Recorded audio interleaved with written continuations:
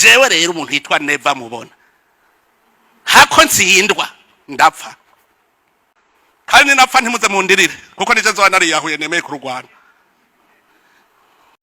Turongeye kubaramutsa tubaha n'ikaze mwese mukurikirana ishene yacu ya YouTube ariyo ICTV. Muri umwe twaje tubashikirize amakuru mashasha, amakuru ariko aravugwa hirya no hino hagati mu gihugu cacu c'u Burundi, ariko rero twaje kubabwira hanini ayerekeranye na politike hamwe no mu gice c'umutekano biri hano mu gisagara ca Bujumbura no mu ntara zigize igihugu. Turaja kuduga mu ntara zigize Burundi tubabwire ibikora bivugwa hagati mu gihugu. Turaja kuduga rero hariya mu ntara ya Gitega n'ibivugwa mu ntara ya Butanyerera n'intara ya Buhumuza, tubabwiye rero ibiriko biravugwayo. Muri kano kanya rero hariko havugwa cane igikorane rero kibera hariya mu ntara ya Gitega, gitegekanijwe rero kwiga mu magerekezo ya 2022, 2023 na 2024 ku kwezi kwa mbere, ukwezi kwa nzero umwaka wa 2026. Ico gikorane rero kikaba ari igikorane mpuzamadini, ariko rero ico gikorane catunganijwe ko kizobera hariya mu ntara ya Gitega, ariko rero benshi bakaba batabihuriza ko muri ico kibanza vyagiye kuberamwo. Abenshi rero babivuga ko ugutandukanye. Ico gikorane rero catunganijwe n'umukuru w'igihugu, bavuga yuko rero kizobera mu ntara ya Ngozi nk'uko vyari vyasabwe n'umutambukanyi w'uwahoze ari umukuru w'igihugu Pierre Nkurunziza, ubona ko ari Denise Bucumi.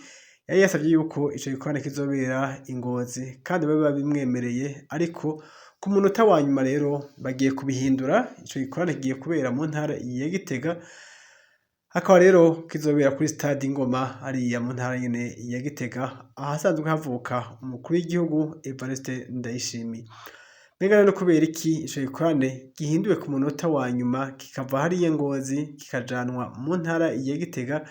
Abenshi rero bibajije ko ibibazo bitari bike, haba mu nzego zigize igihugu, haba rero no mu banyagihugu bato bato basanzwe, bakibaza rero ko hoba hari ikindi kintu kivyihishije inyuma.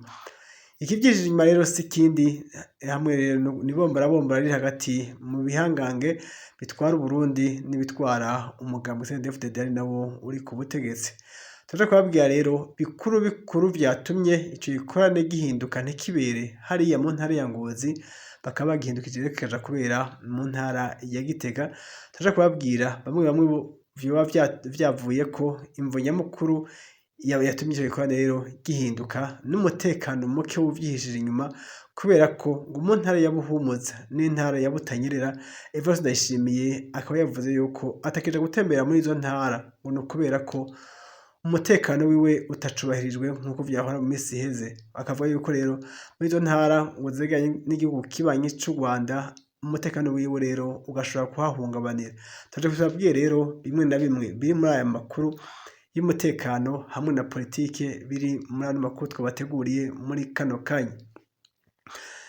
Rero ngiye kubashikiriza aya makuru, akaba jewe Salvatore nk'uko musanzwe mumaze kubimenyera, ariko rero umuntu ukiri mushasha utarafyonda kuri sabone, ufyonde kuri sabone, urabe ntajya nyine akazogera naho nyine ufyonde ko hama amakuru uyasangize n'abandi batashoboye kuyaronka, amakuru babona baronka 5 kuri 5, amakuru ataraja ko ivumbi, amakuru bayaronke akiri mashasha.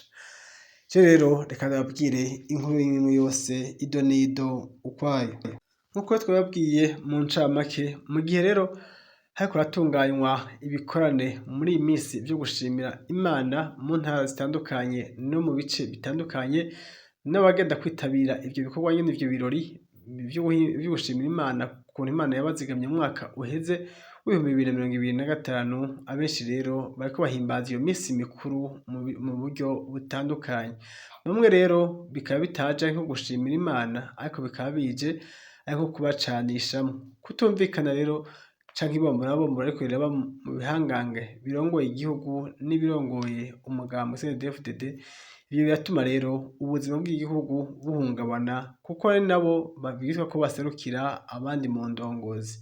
Abo rero bariko bavuga yuko batariko barahuriza ku bintu bitari bike muri ino minsi. Aho ni mu gihe rero amatora y'umukuru w'igihugu ashigaje umwaka umwe wonyene, nayo amatora y'ubuserukira umugambi CNDD-FDD akaba ashigaje imisi idashika n'indwi yonyene. Hakaba hasigaye indwi yonyene rero kugira ngo ayo matora y'uwuserukira umugambwe CNDD-FDD ku rwego rw'igihugu hamwe n'abamufasha muri ayo mabanga bazoba batowe ukundi gushasha. Mu gihe rero hariko haravugwa ugushimira Imana ukuntu yabazigamye muri mwaka wa 2025, abategetsi barongoye Uburundi baserukiwe na Perezida Evariste Ndayishimiye ari kumwe n'abandi bamufasha muri ayo mabanga batunganije igikorane mpuzamadini kizobera hariya mu ntara ya Gitega kuri stade Ingoma, ariko rero bikaba biteko birumvikanwa ko mu gihe ico gikorane cagitunganijwe ko kizobera mu ntara ya Ngozi. Umutamukanyi rero wahoze ari umukuru w'igihugu Denise Bucumi yari yabisavye kuva kera yuko ico gikorane kizobera mu ntara ya Ngozi kandi baba bimwemereye ko ariyo kizobera.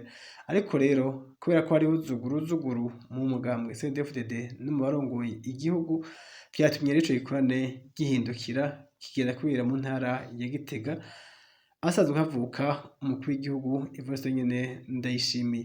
Ariko rero abashigikiye Denise Bucumi akaba bari benshi cyane mu nzego za politiki. Aho ni mu gihe rero Reverend Ndikuriyo ari kumwe n'abamuri inyuma bavuga ko bashigikiye iragi rya Nkurunziza sokuru wabo.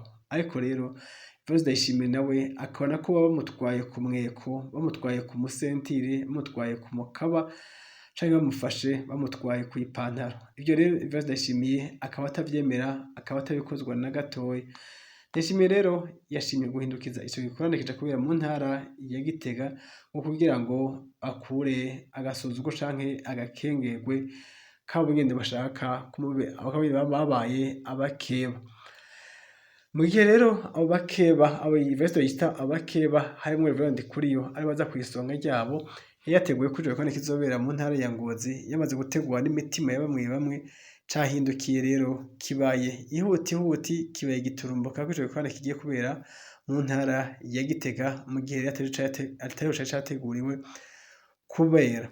Muri ico gihe rero kizobera mu ntara ya Gitega, abatari bake bamaze kwitegura ko bazogenda mu ntara ya Ngozi kwifatikanya n'umutamukanyi wahoze ari umukuru w'igihugu Pierre Nkurunziza, bikaba byamaze guhindukira bikaja kubera Igitega. Benshi muri bo rero bamaze gusokora amadosiye yabo bakavuga ko badashobora kwitabira ico gikorane ngo kubera ko coba kijemwo ibintu vy'amashari bitajanye n'amasengesho, ngo bogiye gusenga Imana bakigina ukuntu Imana yabazigamye ikabarinda umwaka wose ukarangira bakiri bazima, ariko kubera ko bigiyemo ibintu vy'amashari, inzigo y'akazikira n'ibindi, bicaye kandi rero ngo ntazocitabira abategetsi batari bake bari mu nzego zitwara Uburundi.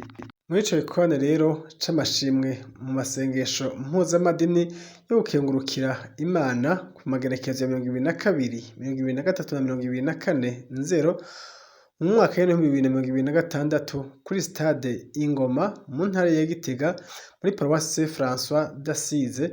Icivugo co musi rero kizoba kivuga kiti indongozi nziza niyitanga akarorero kubo ijejwe. Indongozi nziza rero ngo niyitanga akarorero kubo ijejwe. Ukumva rero Evariste Ndayishimiye yase kuja mu ntara ya Ngozi kwifatikanya n'umutamukanyi wahoze ari umukuru w'igihugu, mu vyumvikana rero ko atatanze rero akarorero keza ngo kuba ajejwe. Kubona rero ngo yakoresheje agashavu akikura mu ntara ya Ngozi ngo nuko abashigikiye ico gikorane ari abakeba biwe, vyumvikana ko rero ata jambo ry'ubukristu yoba yakoresheje ngo nta karorero keza rero yatanze mu bo asanzwe arongoye nawe.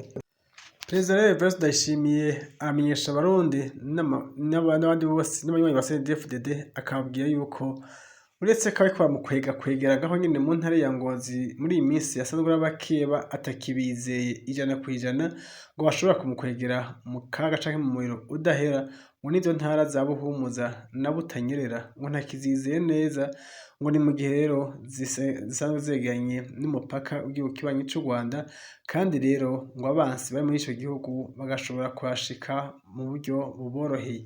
Muri izo ntara rero za Buhumuza na Butanyerera ku mutekano wiwe ngo wo muri ino minsi ngo ntiwifashe neza, ngo adashobora kurugendera izo ntara, ngo babe bamwihanganiye rero umwe atazobagendera bazobafata yuko atari umwansi wabo, ariko ngo gukingira ubuzima bwiwe ngo ntibuje mu kaga. Evariste Ndayishimiye rero akaba yavuze ko atasivye kuja muri ico gikorane ngo kibera i Ngozi ngo nuko yahanse, ahubwo ngo nuko umutekano wiwe ushobora kuhahungabanira atakihizeye muri ino minsi ngo kubera hegeranye n'igihugu gisanzwe ari igihugu c'umukeba muri ino minsi kuri we. Ivyo rero vyo kwihindukiza mw'ijambo ry'umukuru w'igihugu akavuga ko atagiye i Ngozi akabihindura ku munota wa nyuma akaja gukorera rero ayo masengesho mpuzamadini hariya mu ntara ya Gitega kuri stade Ingoma muri paruwase Saint François d'Assise. Ivyo rero ngo bizotuma abanyagihugu batari bake bamuva inyuma hamwe n'indongozi zo hejuru bitume zimuvako. Ivyo rero bigatuma azosigara ari nyamwigendako. Gusa ivyo gusa rero kuba yahemukiye indongozi bakorana akazihindurira ko amategeko kandi baba bavyumvikanye bwa mbere, ngo hariho n'ikindi rero kizotuma amajwi yiwe atakara. Ngo nuko rero ico gikorane kigiye kubera mu ntara ya Gitega hariko hatozwa ivyo kurya bitari bike vyo kwakira abashitsi b'uwo munsi, hakaba rero n'amafaranga ariko aratozwa mu banyagihugu hamwe no mu bakozi ba leta baho nyene mu ntara ya Gitega ngo ni ukwakira abashitsi bazohamara iyo misi 3 bari muri ico gikorane mpuzamadini co kwigurukira Imana ukuntu yabazigamye. Mu ntara ya Gitega rero ni ukuvuga ko abakozi ba leta bose bariko bakwa amafaranga y'umurengera, n'umunyagihugu muto muto nawe nyene akaba afise intererano y'amafaranga hamwe n'ivyo kurya bizokoreshwa ngo muri iyo misi y'igikorane. Benshi rero bakavuga yuko basanganywe ubukene butagira uko bungana, benshi barungitse ngo abana ku mashure, abandi nabo bafise n'ubukene buzura inzara, ngo ntivyumvikana rero ukuntu baja gutozwa amafaranga bagatozwa n'ivyo kurya, mu gihe rero igihugu ico gihugu cabavyaye arico cari gikwiye kugenda kubafasha. Ngo ahubwo ngo kubona agiye gukorerayo igikorane yarakwiye kugenda aduganye ibifungurwa bazokoresha muri iyo minsi n'uburyo bwose bwankenerwa, maze agatwara n'imfashanyo ashiriye abanyagihugu. Na rirya rero azi aho yabasize igihe yagenda kuba perezida, azi iyo ntara ukuntu imeze yayikuriyemwo, azi ubukene buhari ngo ukuntu bumeze, ngo nta kuntu rero yobaka ivyo kurya n'amafaranga kandi ngo azi ukuntu iyo ntara isanzwe yifashe ata buryo ifise bukwiye kugira ngo bafashishe igihugu. Ngo nta kuntu rero abanyagihugu aribo bafasha leta mu gihe leta ariyo yobafashije. Uko rero bikazotuma rero abanyagihugu bamuva inyuma, kuko benshi batanguye gutanga amafaranga abandi bakaba bayabuze, bakaba barindiriye rero ibihano bizokurikira ku batashoboye kuronka amafaranga batanga canke ivyo kurya bashoboye gutanga, ngo barindire ivyo bihano bizobashikire. Ndayishimiye nava ngaho nyene mu ntara ya Gitega. Ababirabira hafi rero baravuga yuko uko rero guhindagurika kwa buri kanya Evariste Ndayishimiye ntagire aho ahagaze mu mabanga asanzwe arimwo, kujuragiza rero abo bakorana n'inshuti abagenzi n'ababanyi, bikazotuma rero amatora yimirije mu mwaka wa 2027 ashobora kutamuhira, ashobora kutagenda neza. Rero ayo matora ugasanga agiyemwo abandi. Ikindi naco gishobora kumwicira urwo rugendo rwiwe ngo ni amafaranga n'uburyo bujanye n'ivyo kurya biriko biratozwa mu banyagihugu, kandi leta ariyo ikwiye kubafasha. Ivyo vyose rero bigatuma ngo Rev Ndikuriyo yigarurira imitima y'abatari bake, haba mu magumyabanga wa CNDD-FDD, hari mu bandi banyagihugu basanzwe bandi batari muri uwo mugambwe, bigatuma rero bashobora kumwizera mu matora yimirije.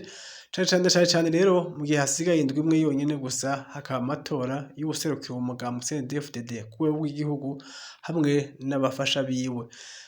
Ikindi naco ngo nuko amatora yo mu 2027 umugambwe CNDD-FDD ushobora gutanga rero Rev Ndikuriyo nk'umukandida azoja gukorera mu ngata Evariste Ndayishimiye. Vyumvikana ko rero Ndayishimiye ivyo yariko arakora muri iyi misi ya nyuma ngo vyoba bituma bizomwaka amajwi, bizoba bimukurako agashambara, bigatuma rero atazokwizerwa mu matora akurikiye.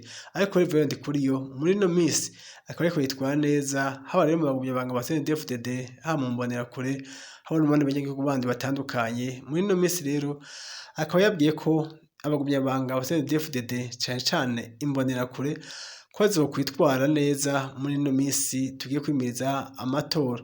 Aho uciye hose rero haba mu ntara zitandukanye zigize igihugu, imbonerakure muri ino misi ziriko zitwara buke buke cane, ntabwo nta muziki ivuza, nta n'abantu zigihohotera muri ino minsi himije aya matora. Evariste Ndikuriyo rero yababwiye ko hazogera igihe bakiyamamura bakavyina intsinzi bazoba barashitseko, kandi bakavuga ko bazokwigina intsinzi y'ibikorwa bazoba barakoze muri iyi myaka yose iheze. Evariste Ndikuriyo rero amaze iminsi azunguruka mu ntara zitandukanye ashimira imbonerakure ukuntu zitwaye, akabasaba rero ko muri ino minsi zokwitwara neza zikareka guhohotera abantu, kandi n'ibintu vyo gusaba amafaranga abanyagihugu ngo babigabanye ngo kuko bizotuma bizerwa mu matora tugiye kwinjiramwo. Iyo byose rero bikazotuma rero Evariste Ndikuriyo yizerwa ku ruhande rumwe canke urundi bivanye n'ukuntu ariko aritwara neza imbere y'abanyamabanga ba CNDD-FDD hamwe n'abandi banyagihugu. Amakuru rero twabateguriye saya gusa rero turaja kubabwira n'ayandi ariko aravugwa hirya no hino, ariko muri uno mwanya nagenda bibutse yuko rero twebwe tuvuga ku vyerekeye n'umutekano wa Ndayishimiye utifashe neza mu gihe adashobora kuzunguruka mu gihugu cose c'Uburundi kuko yikeka ko abansi bamaze kumwinjirana hagati mu gihugu. Tukaba twabwiye kandi nuko rero hariho havugwa ukutumvikana hagati mu bihangano vya CNDD-FDD haba mu barongoye igihugu no mu barongoye umugambwe batariko baravyumvikanako muri ino minsi. Ivyo bigatuma rero haba kutumvikana hagati yabo, bigatuma rero haba ihungabana ry'uburyo canke ry'intwaro hagati mu gihugu. Tubabwire rero ayandi makuru yandi twabateguriye mu kanya, mugume hafi y'isheni yacu ya YouTube ariyo ICTV, ariko umuntu utarafyonda kuri sabone ufyonde kuri sabone, n'umuntu ukimushaka utarafyonda ko yakora akazogera ufyondeko, kandi aya makuru bandanye uyasangiza n'abandi babandanye bumviriza amakuru akiri mashasha. Murakoze rero mugire ibihe vyiza, mugire aho muba mwubahwe na gahwana.